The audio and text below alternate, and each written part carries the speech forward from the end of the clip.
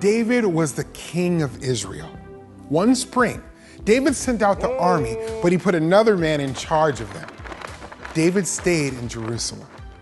One evening, David looked out from his palace and saw a beautiful woman named Bathsheba. Bathsheba was the wife of Uriah, one of the best warriors in David's army. David sent his messengers to get Bathsheba, and she came to David's house. Later, Bathsheba told David that she was going to have a baby. The baby would be David's. David knew what he had done was wrong. David should not have a baby with someone who is not his wife. So David made a plan to make sure no one found out that Bathsheba's baby was his. David called Uriah home from the battle and told him to go spend time with his wife. But Uriah didn't think it was fair for him to relax at home while the other men were at war. He slept on David's doorstep and refused to visit his wife. So David made up another plan.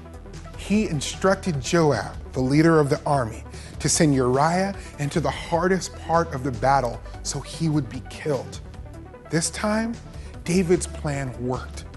Uriah was killed in battle. David took Bathsheba into his house to be his wife, and she had a baby boy. God knew what David had done, and he was not happy with David. God sent Nathan the prophet to talk to David. Nathan told David a story. A traveler came to a rich man who had many animals. The rich man did not offer his own animal. Instead, he took a poor man's lamb, the only lamb he had, and gave it to the traveler to eat. This story made David feel angry. The rich man should die, David said. You are the man, Nathan said. God had given David a position of great power, and David took what wasn't his. David realized he had sinned against God. David deserved to die. You won't die for this, Nathan assured David, but God will punish you. Your son will die instead. David confessed his sin and prayed, God, create a clean heart for me. David realized he could try to please God with sacrifices, but that wouldn't be enough to pay for his sin. God wanted David's heart to change so that he would not want to sin again. When David sinned against God, God forgave him, but sin always comes with a price. God spared David's life, but David's son died. When we sin, we deserve death. But we can receive God's forgiveness because God sent his son, Jesus, to pay the price for our sin.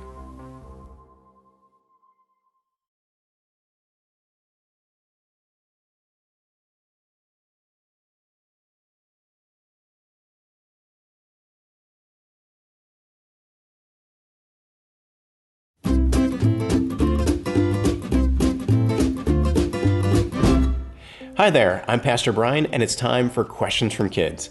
Beth from Topeka, Kansas asks, I did some things I know are wrong, and I told God I was sorry, but I still feel guilty.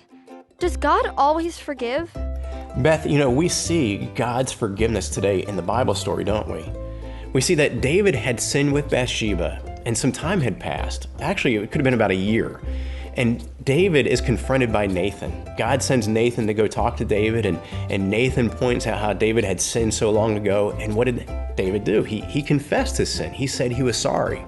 And then we see that God forgave him completely. Even though all that time had passed, God is a forgiving God. That's what we see in this account.